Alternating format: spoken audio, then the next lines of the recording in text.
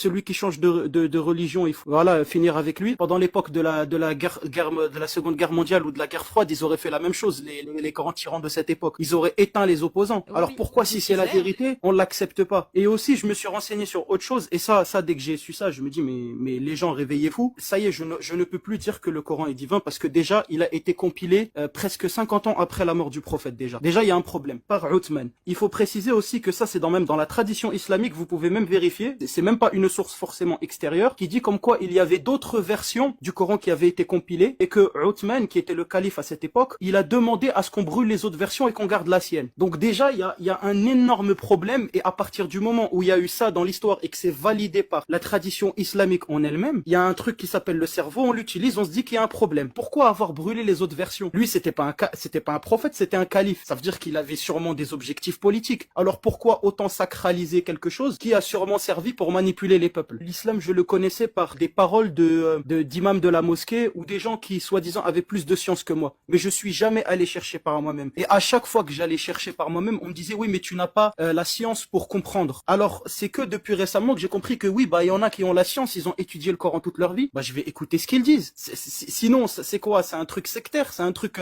y a que l'élite qui peut savoir le secret de la vérité, c'est n'importe quoi. Ouais. Donc là, et le problème, c'est que tous ceux que, dans mon entourage, que ce soit mes amis qui commencent à me tourner le dos, enfin, c'est pas qu'ils me tournent le dos, mais ils me disent, Astaghfirullah, t'es en train de t'égarer, mon frère. Je leur dis, les gars, s'il vous plaît, récitez-moi juste Ayat al-Kursi. Ils connaissent même pas, en fait, ils connaissent beaucoup moins que moi. Le problème, c'est que c'est ça, c'est qu'eux, ils ont été éduqués dans la religion. La seule chose qu'ils savent, c'est ne pas manger de porc et manger du halal. Et ils viennent me donner la leçon, ils me disent que je m'égare. Mais justement, je fais le contraire, je me renseigne sur la religion. Vous êtes là, vous suivez bêtement, vous me critiquez, moi je vais me renseigner. Moi je vais aller écouter les vrais tafasirs, donc les vraies interprétations selon les quatre grandes écoles. Et je vais pas me renseigner sur des rappels TikTok, parce que eux ils voient des rappels TikTok. Oh, regardez, miracle scientifique dans le Coran, ils sont convaincus. Mashallah. Comme quoi il y a des miracles par rapport à l'embryologie. Moi-même, quand je l'avais lu, j'avais trouvé qu'il y avait un problème parce qu'on parlait des os avant la chair. Déjà ça c'est une erreur. Et quand j'ai présenté cette erreur, on me sort c'est un verset scientifique. Dès que je vois l'erreur scientifique, on me dit non, finalement c'est métaphorique. Et moi déjà il y avait une seule grande contradiction qu'il y avait entre